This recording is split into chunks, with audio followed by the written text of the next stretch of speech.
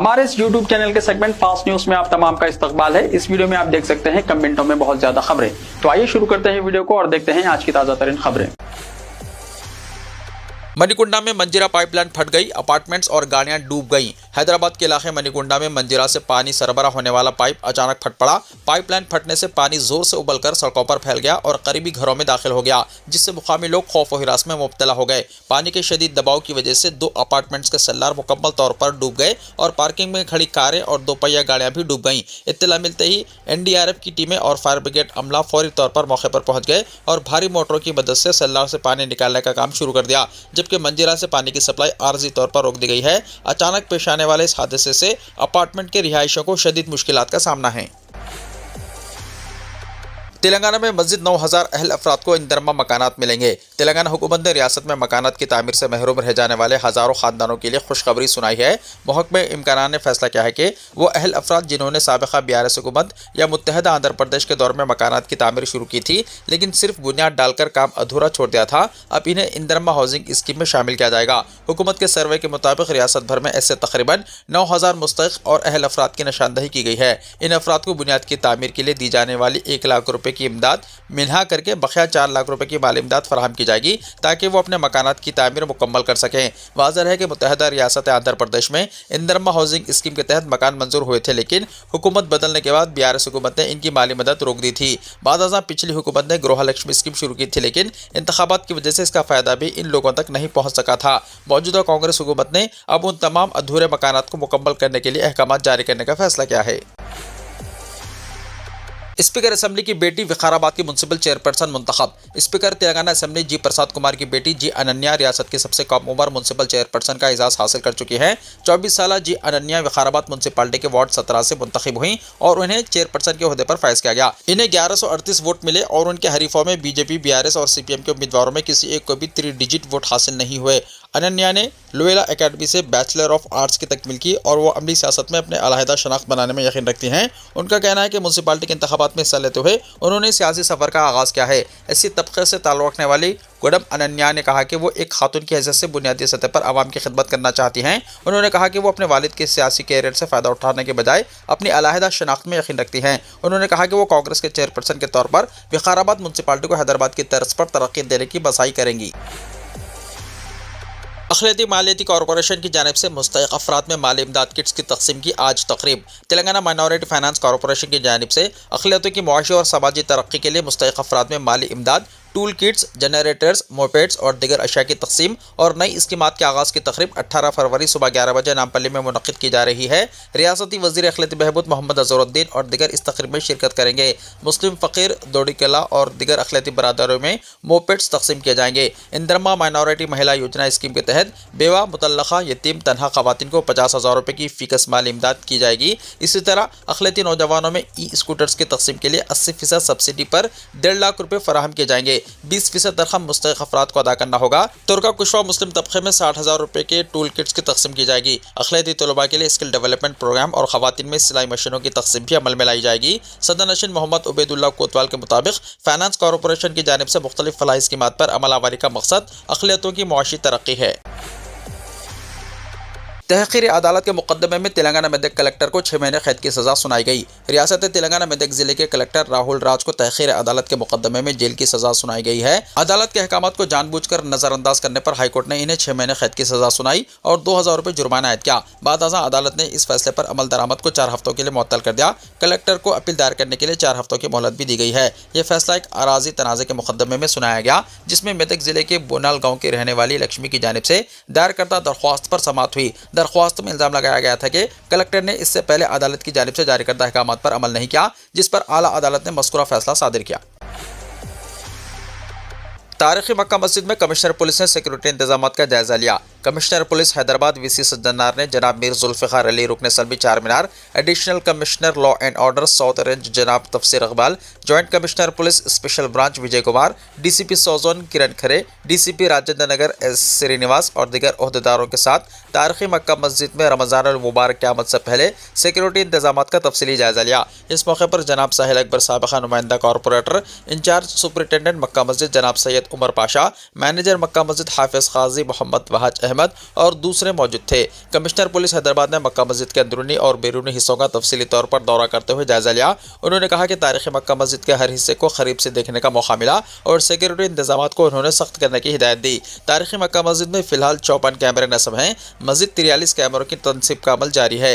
ये काम आज मुकम्मल हो जाएंगे। इस तरह मक्का मस्जिद के अंदरूनी और बैरूनी हिस्सों में जुमला 107 कैमरे कारगर हो जाएंगे। कमिश्नर पुलिस हैदराबाद ने सीसी कैमरों का बेहतर इस्तेमाल करते हुए मक्का मस्जिद के तहफ़्फ़ुज़ को यकीनी बनाने की हिदायत दी। महकमा अखलाती बहबूद की जानिब से मक्का मस्जिद में बड़ी तादाद में इफ्तार करने वालों के लिए रोजाना 50 किलो सुकरी खजूर की सप्लाई की जा रही है।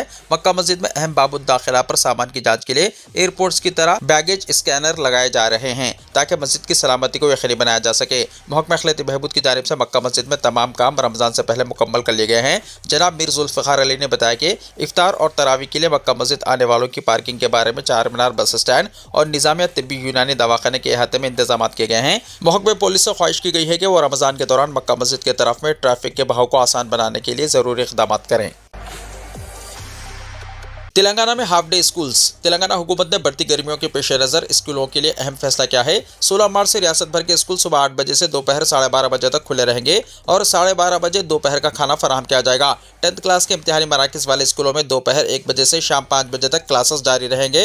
मौसम गर्मा की छुट्टियां 24 अप्रैल से शुरू होंगी और स्कूल दोबारा खोलने की तारीख 12 जून 2026 रखी गई है। दरियासना महकमा स्कूल एजुकेशन ने रमजान के पेश नज़र उर्दू मीडियम स्कूलों और जिलाई तालीमी इदारों के शेड्यूल पर नजरसानी की है। ये इदारे 19 फरवरी से 20 मार्च के दरमियान सुबह 8 बजे से दोपहर 1:30 बजे तक काम कर सकते हैं।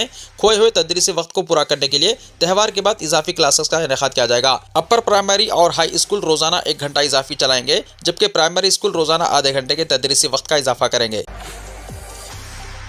रमजान में सरकारी मुस्लिम मुलाजिमीन को शाम 4 बजे दफ्तर से घर जाने की इजाज़त। तेलंगाना हुकूमत की जानिब से सरकारी अहकाम जारी। तेलंगाना हुकूमत की जानिब से रमजानुल मुबारक के दौरान तमाम सरकारी मुस्लिम मुलाजिमीन, टीचर्स, कॉन्ट्रैक्ट आउटसोर्सिंग बोर्ड्स, कॉरपोरेशनों और पब्लिक सेक्टर मुलाजिमीन को इजाज़त दी गई है कि वो दफातर और स्कूलों से शाम 4 बजे रवाना हो सकें। यह इजाज़त 19 फरवरी 2026 से 20 मार्च 2026 तक के लिए दी गई है। ये इत्तला रियासती महकमों, पुलिस, म्यूनसिपल कॉरपोरेशंस, कलेक्टर्स, जिले magistrates, school education director, information and public relations और दिगर मुतल्लका हुकाम को फराहम की गई है ताकि अमल दरामद को यकीनी बनाया जा सके।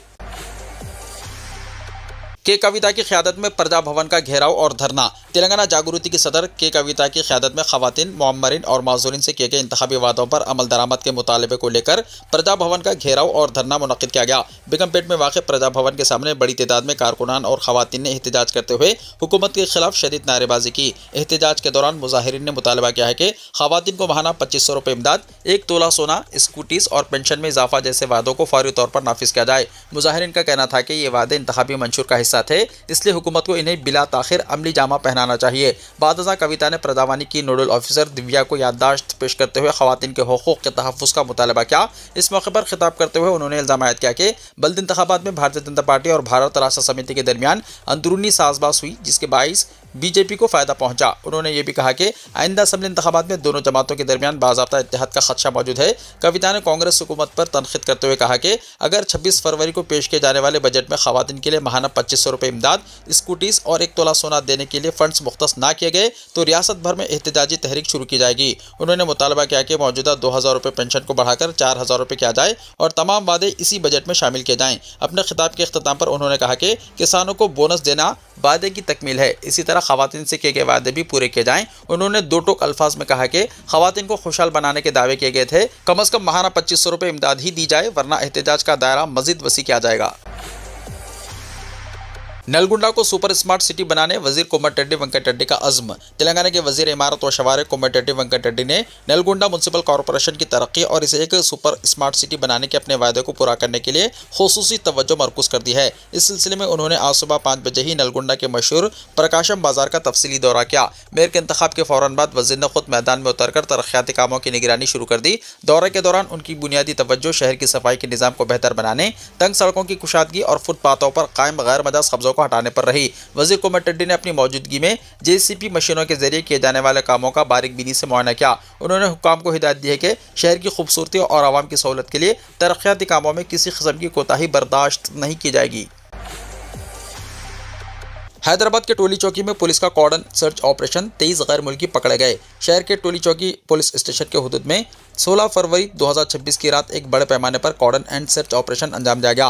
काबिल इत्तेमाद इत्तलात के मुताबिक ये कार्रवाई पैरामाउंट कॉलोनी, गेट नंबर 1 से 4 IAS कॉलोनी और हकीमपेट कुंटा इलाकों में की गई। मुख्तलिफ ममालिक से ताल्लुक़ रखने वाले 23 गैर मुल्कियों को हिरासत में लिया गया, जो वीज़ा की मुद्दत खत्म होने के बावजूद गैर कानूनी तौर पर मुक़ीम थे। ये कार्रवाई गोलकुंडा जोन DCP ऑफिस की बराह रास्त निगरानी में DCP G चंद्रमोहन की क़यादत में अंजाम दी गई, जिसमें तकरीबन 250 पुलिस एहलकार शरीक थे।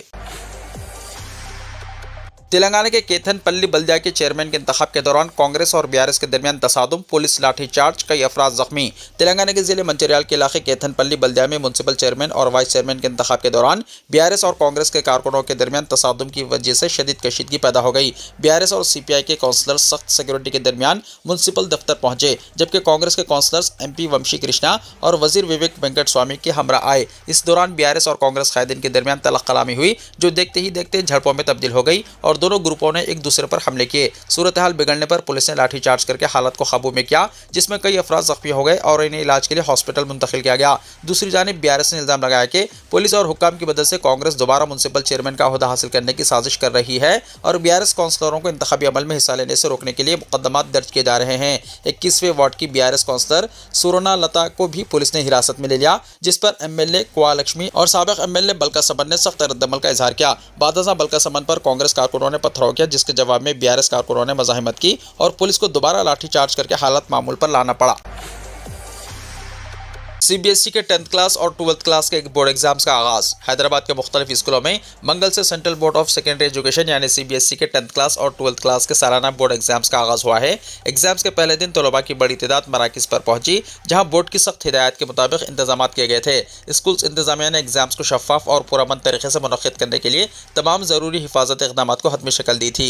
बोर्ड की जानिब से जारी करदा शेड्यूल के मुताबिक ये एग्जाम्स आइंदा चंद हफ्तों तक जारी रहेंगे। एग्जाम्स के पहले दिन इम्तिहानी मराकिज़ पर मिला जुला रद्दमल देखने को मिला। एक तरफ जहां माहौल में थोड़ी संजीदगी और तनाव था, वहीं दूसरी तरफ तलबा अपने साल भर की मेहनत पर पुरएतमाद नजर आए। मराकिज़ के बाहर वालिदैन अपने बच्चों को आखिरी लम्हे की नसीहतें देते और इनकी हिम्मत बढ़ाते नजर आए। आंध्र प्रदेश में NTR विद्यालक्ष्मी और NTR कल्याण लक्ष्मी स्कीमों का ऐलान। आंध्र प्रदेश की चंद्रबाबू नायडू हुकूमत ने ड्वाक्रा ग्रुप की खवातीन को मुआशी तौर पर मुस्तहकम करने और उनके खानदानों की मदद के लिए 2 नई अहम स्कीमों के आगाज़ का फैसला किया है। इन स्कीमों का इफ्तिताह 3 मार्च को किया जाएगा, जो कि society for elimination of rural poverty यानी SERP के क़याम की 25वीं सालगिरह का मौका भी है। हुकूमत की जानिब से NTR विद्यालक्ष्मी और NTR कल्याण लक्ष्मी स्कीमों के तहत ड्वाक्रा खवातीन के बच्चों की तालीम और इनकी शादियों के लिए स्त्री निधि बैंक के जरिए 1 लाख रुपए तक का कर्ज फराहम किया जाएगा। यह कर्ज सिर्फ 25 पैसे शरह सूद पर दिया जाएगा।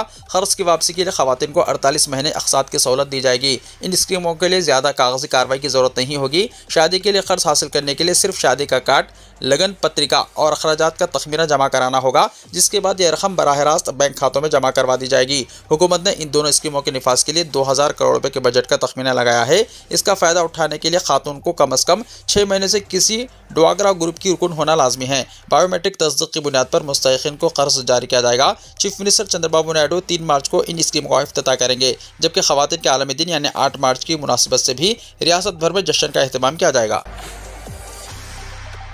5 रियासतों में आइंदा महीने इंतखाबी शेड्यूल। मगरबी बंगाल, आसाम, तमिलनाडु, केरला और पुडुचेरी में असम्बली इंतखाबात अप्रैल की मुख्तलिफ तवारीख पर होंगे, जिनके लिए इम्कान है कि मार्च के वस्त में शेड्यूल का ऐलान किया जाएगा। ओहदेदारों ने मंगल को यह बात बताई। 5 असम्बलियों की मियाद मई और जून की मुख्तलिफ तवारीख को ख़त्म होने वाली है। बॉलीवुड सुपरस्टार सलमान खान के वालिद सलीम खान हॉस्पिटल में शरीक। मशहूर और मारूफ फिल्मी कहानी लिखने वाले सलीम खान को मुंबई के एक प्राइवेट हॉस्पिटल में शरीक करवाया गया।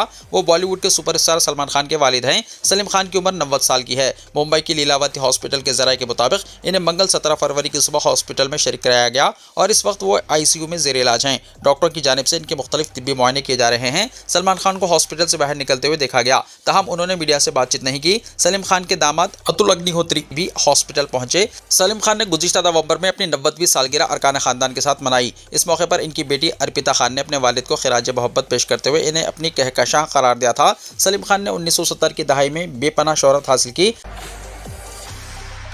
सऊदी अरब में माह रमजान का चांद नजर आ गया। मीडिया के मुताबिक रमजान का चांद देखने के लिए मक्का, मदीना, तबूक, सुदीर समेत दिगर शहरों की ऑब्जर्वेटरी में इजलास हुए, जिसमें महकमे मौसमियात और फल्कियात के माहिरीन ने शिरकत करते हुए रुयत हिलाल की तस्दीक करते हुए बताया कि सऊदी अरब के इलाकों सुदीर और तबीर में चांद नजर आया है। सऊदी अरब में आज 18 फरवरी को पहला रोजा होगा। सऊदी सुप्रीम कोर्ट ने भी रमजान मुबारक का चांद देखने की तस्दीक कर दी है, जिसके बाद शाही दीवान ने फरमान भी जारी कर दिया। सऊदी अरब में रमजान मुबारक का इस्तकबाल निहायत अकीदत, रूहानियत और इज्तिमाई जोश व खरोश के साथ किया जाता है। मुत्तहदा अरब अमारात में भी चांद नजर आ गया। चहारशंबे को पहला रोजा। मुत्तहदा अरब अमारात की हुकूमत ने ऐलान किया है कि 17 फरवरी 29 शाबान को रुयत हिलाल का एहतमाम किया गया था। आज 18 फरवरी चहारशंबे को रमजानुल मुबारक का पहला रोजा होगा। Abu Dhabi, Dubai, Sharjah, Ajman, Ras al Khaimah, Umm al Quwain और अल-फजीरा में भी इसी दिन से आगाज़ होगा। अमारत की तमाम मसाजिद में आज तरावी का एहतमाम किया गया। मुल्क भर में तमाम शहरों और कौमी शहरों को बरक़ी खूबसूमों से खूबसूरत अंदाज से सजाया गया। बाजारों और छोटे बड़े सुपर मार्केट्स में आवाम का हुजूम नजर आया। हुकूमत की जानिब से मसाजिद के बाहर इफ्तार के बड़े पैमाने पर इंतजाम किए जाते हैं। बांग्लादेश में नई हुकूमत तश्कील। BNP लीडर तारक रहमान ने वज़ीर आज़म के ओहदे का लिया हलफ। बांग्लादेश में सियासी बेयकीनी के तवील दौर के बाद नई मुंतखब हुकूमत कायम हो गई है और तारक रहमान ने मंगल के रोज़ वज़ीर आज़म के ओहदे का हलफ उठाया है। मुल्क में साल 2024 में शेख हसीना की हुकूमत के खात्मे और इसके बाद होने वाले पुरतशद्दुद वाक़यात की वजह से सियासी खला पैदा हो गया था। शेख हसीना की बरतरफी के बाद मोहम्मद यूनिस ने बतौर उबूरी सरबराह चीफ एडवाइज़र की हैसियत से मुल्क की क़यादत संभाली थी। पीर के रोज़ उन्होंने अपने ओहदे से इस्तीफ़ा देकर इख्तियार नौ मुंतखब हुकूमत के हवाले कर दिया। इस्तीफा देते हुए मोहम्मद यूनिस ने कहा था कि उबूरी हुकूमत अपना मनसब छोड़ रही है, लेकिन जमहूरियत, इजहार राय की आज़ादी और बुनियादी हुकूक का जो अमल शुरू हुआ है, इसे रुकना नहीं चाहिए। हालिया आम इंतखाबात में बांग्लादेश नेशनल पार्टी यानी BNP ने शानदार कामयाबी हासिल की। 297 में से 209 सीटें जीतकर पार्टी ने वाज़ेह अक्सरियत हासिल की और हुकूमत बनाने की राह हमवार की। दाएं बाजू की जमात बांग्लादेश जमात इस्लामी ने भी 13वें पार्लिमानी इंतखाबात में 68 सीटें जीती, जबकि अवामी लीग को इंतखाब लड़ने की इजाज़त नहीं दी गई थी। तारक रहमान कौन हैं? तारक रहमान 20 नवंबर 1965 को ढाका में पैदा हुए। वो साबिक़ा वज़ीर आज़म खालिदा ज़िया और साबिक़ा सदर ज़ियाउर रहमान के साहबजादे हैं। 36 बरस बाद वो मुल्क के पहले मर्द वज़ीर आज़म बने हैं। वीडियो को लाइक शेयर कीजिए और हमारे इस YouTube चैनल को सब्सक्राइब करते हुए इसके बेल आइकॉन को भी प्रेस कर लीजिए, ताकि ऐसी ही ताज़ा तरीन खबरें आइंदा भी आपको मिलती रहें।